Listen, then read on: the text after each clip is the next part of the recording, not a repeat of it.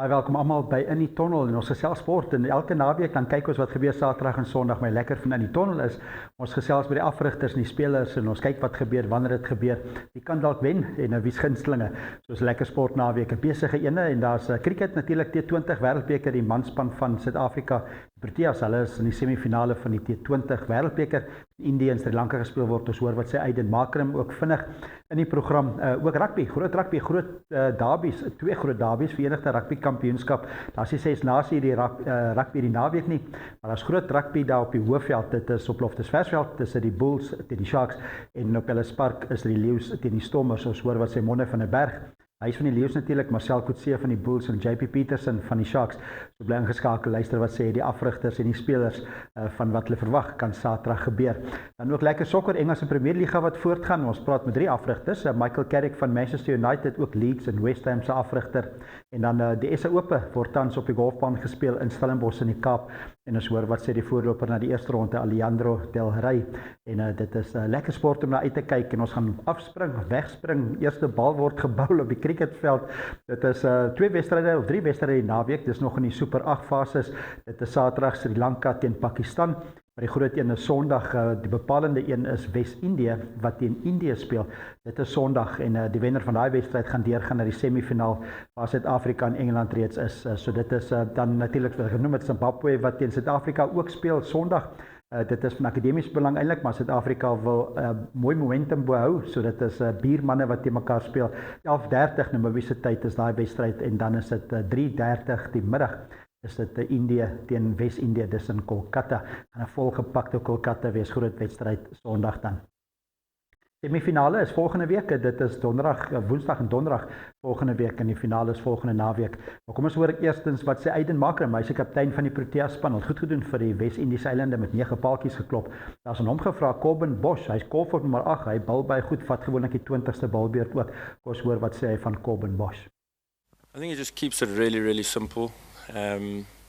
He trains smartly, he trains hard, he doesn't give himself too many options, he just tries to get really good at the things that he backs. Obviously bowls a really good Yorker, which everyone has seen, and it's nice to be able to have that sort of variety, I guess, in our attack, because we've got some tall guys that hit the wicket really hard.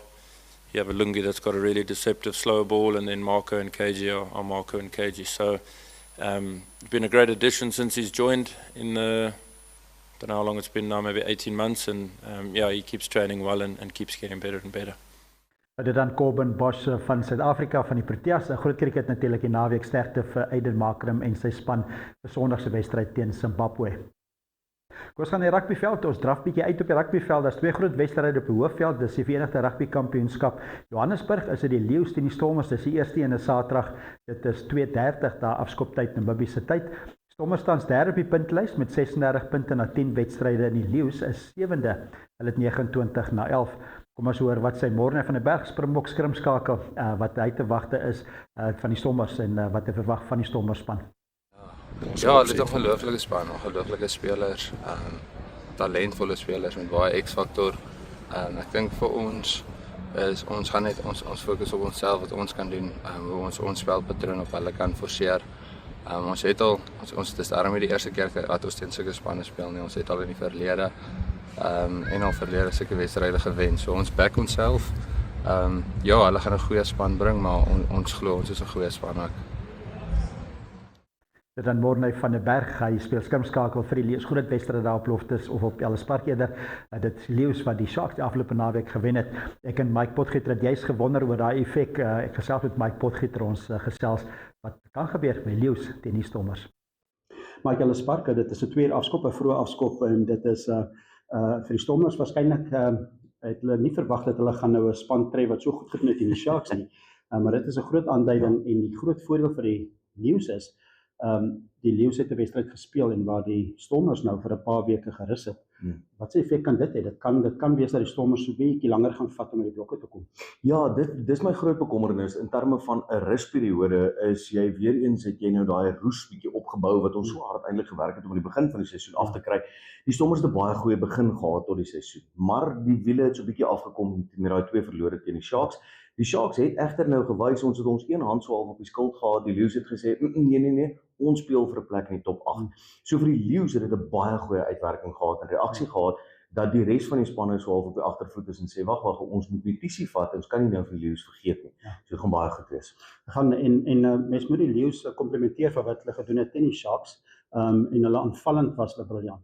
En hulle is ek dink van 'n Berg op 9, Smit op 10, van Wyk op 13, daai spelers van 'n Merwe op vleuel, as agterspelers wat 'n groot verskil maak en as jy in spasie sit, dan hulle kry baie momentum, goeie voorspelers ook. So dit sal die Stormers moet uitkyk voor, want hulle kan nie vir die Leeu's te veel spasie gee nie. Nee, en ons het al baie keer verwys na die belangrikheid en die waarde wat jy het in 'n goeie skakelpaar. Hier is die Leeu's span wat nie noodwendig enige springbokke het wat hulle so deur die loop van die seisoen dalk moet afstaan, moet ruskans gee en so voort. En soos jy sê, Van den Berg en Smit, dink ek het hulle ritme en momentum nou gekry tussen mekaar. En daai waarde en kettingkoppeling wil ek nou sê, of skakel tussen die ketting van die voorspelers en die agterspeler is besig om vir hulle vrugte af te werk. En ons ken vir Smit 'n baie goeie speler, 'n ervare speler. Die groot ding is met Van den Berg met sy ervaring wat hy nou ook bring na die span toe, is asof 'n nuwe vuur by die Leeu's is. En Ellisburg bly bondgenoot, bondgenoot vir die Springbokke, bly bondgenoot vir die Leeu's. En dit gaan vir die Stormers moeilik wees, want dit is tussen Pretoria en Johannesburg voel dit daar's nie 'n groot effek van tuis en weg nie. Maar van Kaap af Johannesburg toe, dit is 'n groot verandering. Ja, en ek dink die spelers het al so begin voorberei. Ons praat baie keer van daai hoogtebosee speel en Hoëveld en die effek wat dit het met jou as besoeker en so aan.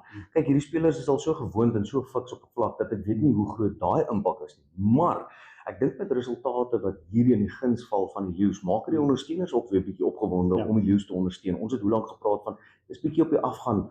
So ek hoop dat hierdie tipe uitslag wat hulle behaal het in die Sharks sal vrugte afwerp en die ondersteuning ook weer opgewonde maak. So wie weet, miskien mag die tuisveld voordeel met die ondersteuners ook wel so 'n bietjie meer opdraande vir die Stormers wees.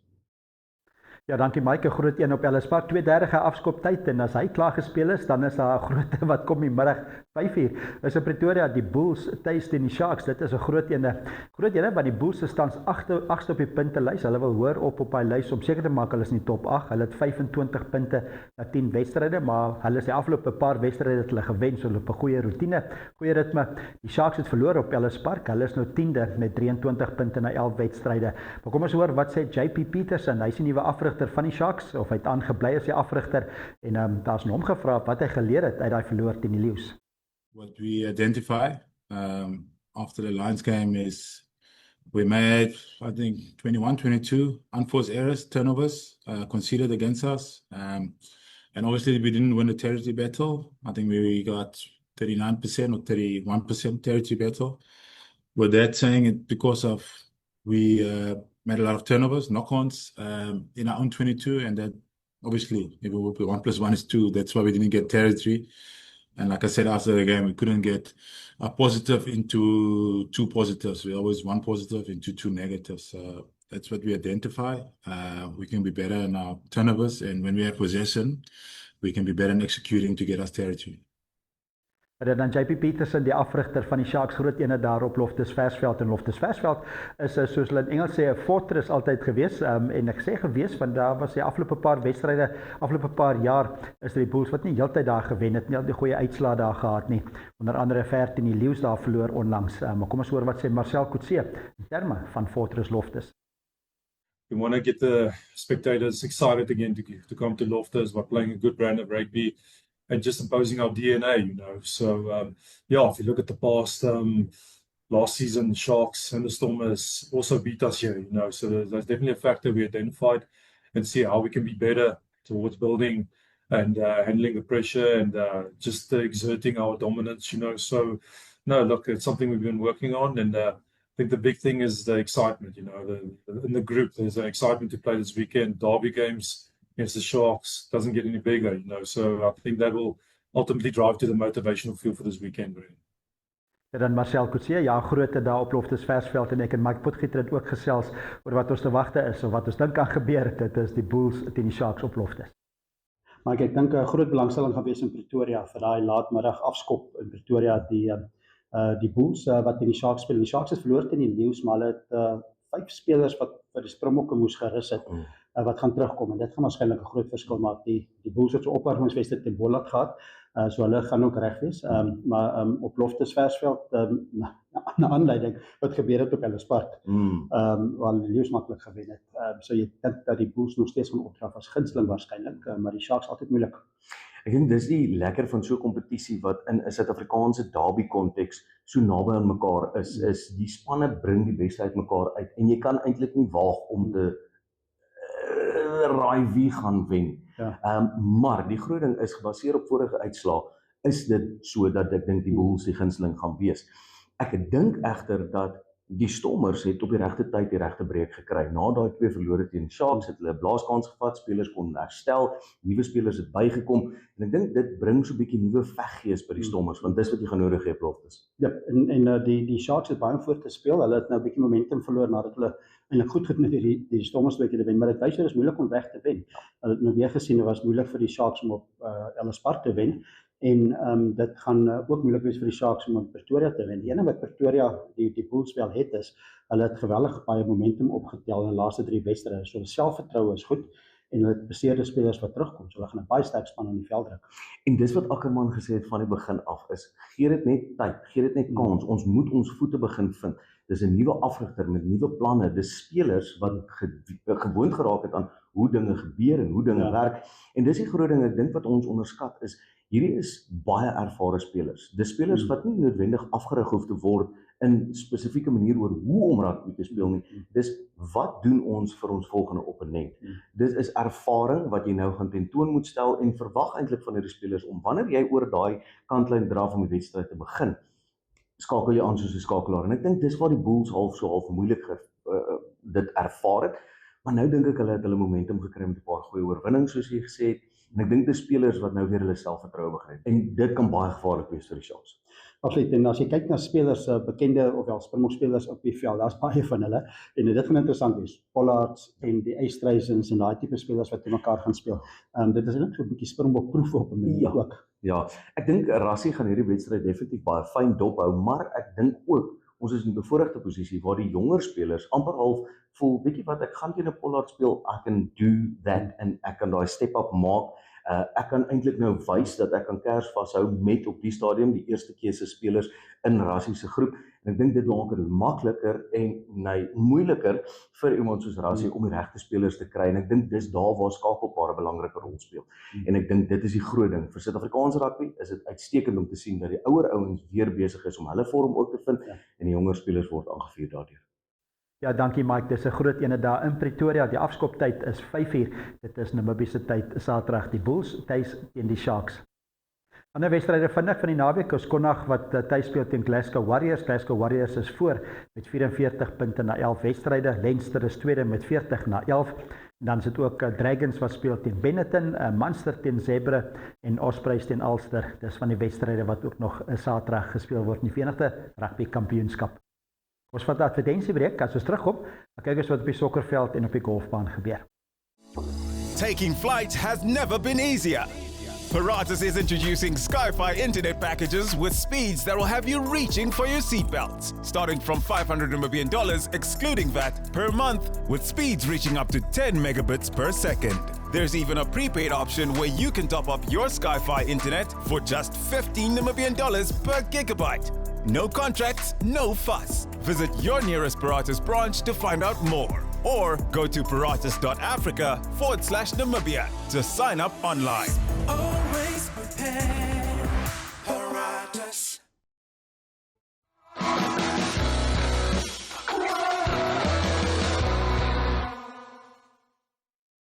Welkom terug by in die tunnel. Ons gesels internasionale sport en Namibiese sport. Wat die naweek kan gebeur op die sokkerveld is dit natuurlik ook baie groot. Altyd Engelse Premierliga gaan die naweek voort. En Arsenal loop voor nog steeds 28 wedstryde wat hulle gespeel het, 61 punte. En Manchester City het 27 gespeel, 56 punte. Al die ander spanne het 27 gespeel, soos Aston Villa het 51 punte in die derde plek. Hulle speel Vrydag aand al teen Wolverhampton. En Manchester United het 48 na 27 punte. Hulle is die top 4, belangrik vir Europese kampioenskap sokker om te speel, daar te kwalifiseer en dan is dit Chelsea, Liverpool, Brentford en Bournemouth wat in die top 8 nog is. ook vir Europese sokker. Kom ons kyk wat die naweek gaan gebeur. Dit is eerstens is dit Bournemouth wat speel teen Sunderland. Dit is Saterdag 2:30. Dan is dit Burnley teen Brentford en dan Liverpool teen West Ham. En kom ons hoor wat sê West Ham se afrigter, dit is Nuno Espirito. En hy praat van hulle van die eerste minuut af wil hulle al goed speel en hulle speel gewoon 'n bietjie swak in die laaste minute. Want Liverpool lyk my juist baie goed speel. So kom ons hoor wat sê afrigter Nuno Espirito. We influence the way around. We said minute one is important. Then play the game, action after action. Don't think about the late, think about the minute one, switch on and play, action after action. What I ask is focus, total concentration during the game. When a team has conceded late goals, as you have recently, and you're playing a team that's scored lots of late goals, can it, in that last 10 minutes, can it start to get into the players' minds? I hope not. It happened to us before. I think we are trying to correct it because it's been really damaging for us in terms of performance, results, the overcome, the feeling after that. We are improving on that. But we are not thinking about the late minutes of the game. We are thinking about minute one. And now we are thinking before. Let's get ready tomorrow. Let's prepare ourselves well and play the game. It's not about the late minutes, it's about minute one and then the consequences of all of the game.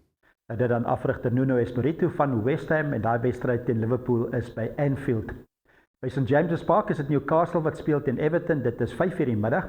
En dan by Elland Road, 'n groot wedstryd, dit is Leeds United, hulle speel tuis teen Manchester City.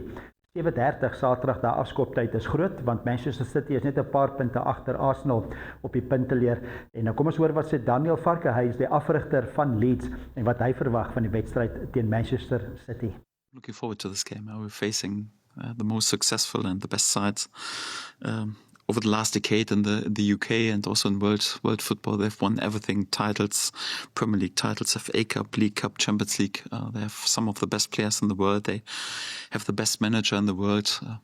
It's a big challenge for us and a big task, but also a task we're looking forward to. So it's always great to play in our living room in a full-packed Elland Road, and for that we're looking forward to a game where we are, of course, the underdog, but we've shown also several times that also in this role we can deliver convincing performances and we can make out of this a tight game. And also, once we make out of it a tight game, we have also a chance to win some points, and this is what we're trying to do. Dit dan afrigter van Leeds United, dit is Daniel Farke. Ja, Elland Road is 'n groot bondgenoot vir die tuisspan, so moeilike wedstryd vir Manchester City. Dan Sondag is daar ook 'n paar wedstryde in die Engelse Premier League, Brighton teen Nottingham Forest. Dan by Craven Cottage is dit Fulham teen Tottenham Hotspur. By Old Trafford is dit Manchester United, hulle speel tuis teen Crystal Palace. Kom ons hoor wat sê Michael Carrick, hy doen goed as afrigter nadat hy oorgeneem het en hy hom is gevra wat dit vat om te wen vir Manchester United. Almal wonder wat daai antwoord is. Kom ons hoor wat sê Michael Carrick. Yeah, and it takes a lot of different things to win games as well, you know, and sometimes it'll come a little bit easier and it'll click and the goals will flow and you attack well and the game is a lot more in kind of your favour. Other times, like tonight, credit to Everton, it was a bit of a tight game in some ways, and then it was a little bit sticky. It wasn't flowing as much for us, but I think the spirit and the belief and the trust that the lads are gaining between themselves and between all of us, I think, is important. And we kind of spoke about that before the game, really. If sometimes you've got to rely on that, and to have it, don't take it for granted. And they had it tonight. They needed everybody to put in that little bit extra, and that, in the end, that's what we got out of the game. Dan Michael Carrick, die afrigter van Manchester United. In die laaste wedstryd Sondag is die voorlopers Arsenal. Hulle het 'n tuiswedstryd moeilike 1 teen Chelsea. 6:30 die afskoptyd. In die tyd wat hulle afskop, sal hulle weet of Manchester City gewen het by Elland Road en of hulle net 5 of 2 punte voor is. So groot sokker wat die naweek plaasvind. Ons gaan na die golfbaan, die SA Ope. Dit is beroepsgolf, mansgolf wat op Stellenbosch plaasvind. Groot name, Patrick Reed van Amerika, Ernie Els, legendariese Ernie Els wat ook speel.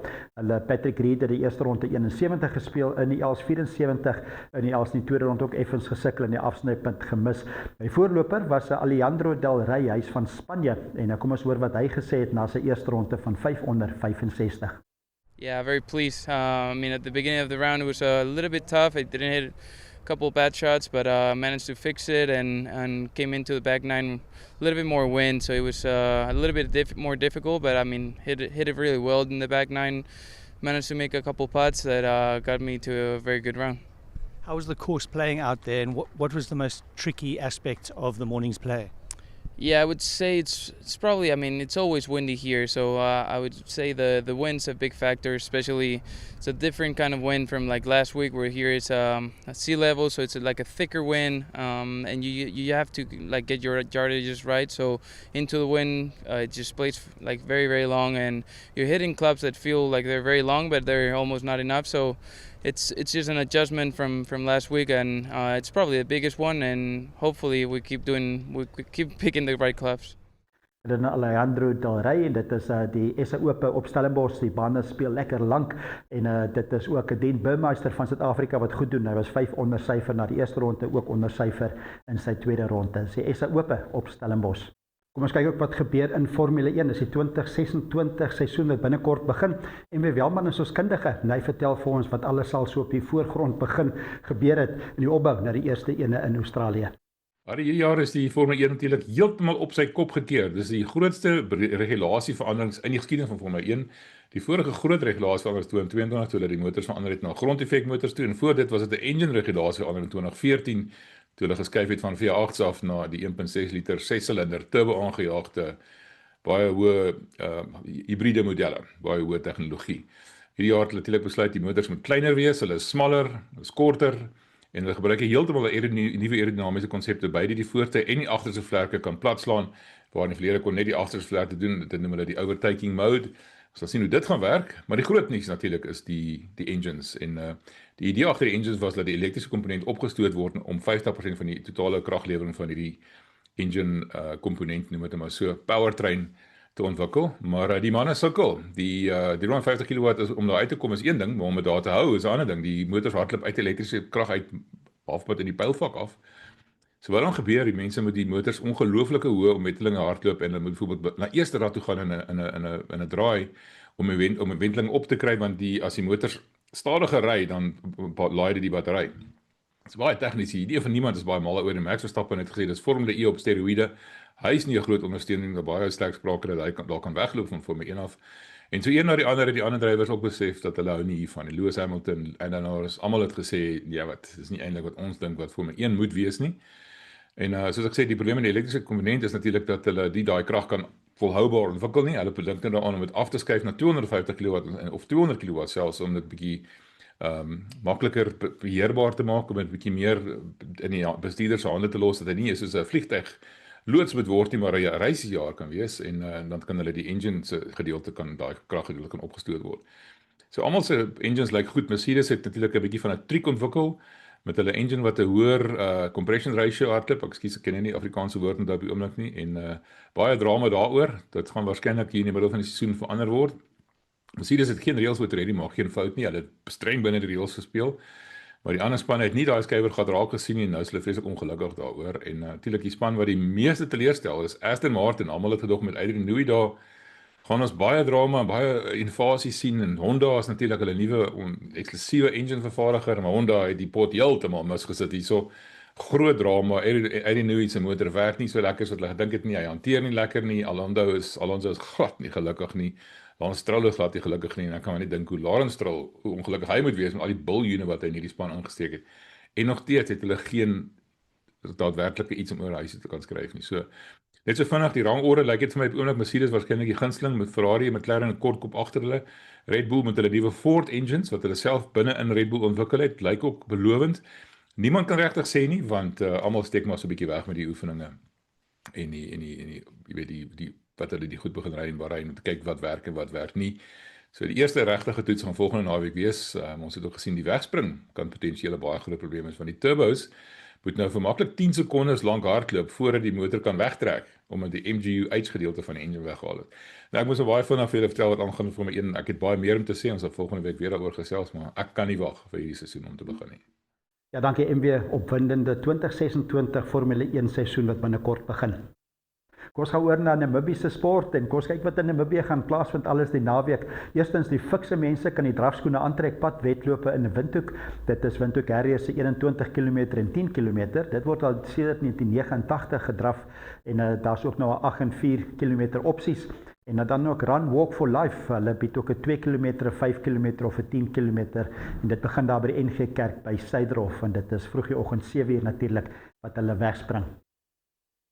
Ook skole atletiek, dit is nou tyd vir die kus, dit is by Veneta Sport Kompleks, is dit in Swakopmund.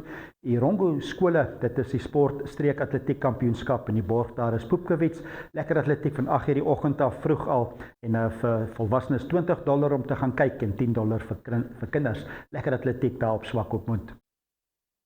Dan ook boogskiet, dit is by FNB VHS by Vegkop Stadion, is dit by Windhoek Hoërskool natuurlik, dit is hulle noem die ranking shoot, dit is van 7:30 af, en dan ook om af te sluit Namibiese sport, vinnig kyk ons na die cricketveld, dit is cricket Namibiese 50 Balbeerd Premier Liga, wat nou voortgaan, dit is Wanderers se veld, dit OPS Wanderers 1, wat speel teen Trasco United, dit is 9 uur word daar eerste bal gebal, en ook by die Selfveld United, of by United se veld eerder, is dit CCD Tigers, hulle speel teen VHS Old Boys, en dit is 9 uur die oggend wat daai ook begin. Sondag ook 2 wedstryde, dit is by die HB Oval, is dit Tigers, wat speel teen Wanderers 9 uur, en dan by die FNB Namibia cricketgronde, is dit VHS Old Boys, wat speel teen Trasco United, dit is 9 uur, so lekker cricket, 50 Balbeerd cricket wat plaasvind oor die naweek. Nou daarmee volstaan ons eers by In die Tunnel, vir In die Tunnel wat alles gebeur die naweek by die sport, en hoop is 'n baie lekker sport naweek. Ek gaan verseker die Bulls kyk teen die Sharks en die Stormers teen die Leeu's in T20 cricket, lekker sport om na uit te kyk, en so 'n lekker sport naweek vir almal, en ek groet weer tot volgende Vrydag.